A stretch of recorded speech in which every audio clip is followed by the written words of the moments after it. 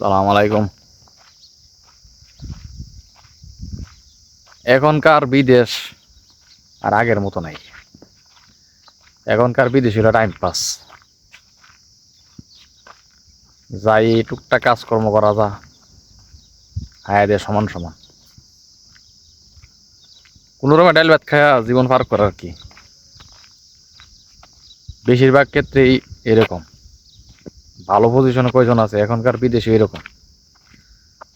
আগের দিনের বিদেশ তো মানুষ করছে, বাড়িঘর তো অনেক কিছু ডেভেলপ করে লাগছে, কিন্তু এখনকার বিদেশ কইরা যে মানুষে কোনো কিছু করব বা কোনো কিছু করার প্ল্যান করব বা একটা ভালো পজিশনে যাইব, এটা চিন্তা কইরা বা আশা কইরা কোনো ফায়দা নেই। এখনকার বিদেশে ডাইল ভাত খায়া জীবনটা পার করে অনেক কষ্ট। দেশের মানুষ তো এগুলা বুঝে না। দেশের মানুষ মনে করে যে বিদেশ টাকা টাকা রাস্তা টাকা বেড়ে থাকে, উদা উড়াই লয়ে এলাম।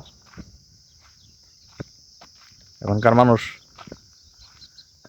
এখনকার মানুষ তো বিদেশ আইসা অত একটা সুবিধা করতে পারে না। সুবিধা করবো কিভাবে? সুবিধার কোনো সিস্টেম নেই। আর পরিস্থিতি অনেক খারাপ, পরিস্থিতি অনেক খারাপ সব দেশেই। এই জন্য বললাম এখনকার বিদেশ শুধু টাইম পাস। আও আয়া টুকটাক কাজকর্ম করো, প্রফিলটা ফায়দা দৌ, কোম্পানি তুলে বেতন কম, আয়া লইয়া সমান সমান, বাস। টোটালি এখনকার বিদেশ মানে টাইম পাস, কোনোরকমে ডাইল ভাত খাইয়া জীবন বাঁচান। আমার মনে হয় না যে এখনকার বিদেশ কইরা কেউ ভালো একটা পজিশনে যাইতে পারবো বা ভালো কিছু ডেভেলপ করতে পারবো। কারণ সম্ভব না। বেতন কম, কাজ নাই, মানুষ কি করব? আর কাজ থাকলেও টুকটাক কইরা কোনো রকমে নিজে চল্লা ফিরা শেষ। আর এখনকার বেশিরভাগ ক্ষেত্রে কাজ নাই, সব দেশে এরকম। এই জন্যই বললাম এখনকার বিদেশ টাইম পাস শুধু। আগিলা দিনের বিদেশ ঠিক আছে, আগিলা দিনের সব কিছু ঠিক আছে, পারফেক্ট। মানুষের অল্প টাকা ইনকাম করলো, অল্প টাকা পাইলো, অনেক কিছু করতে পারছে।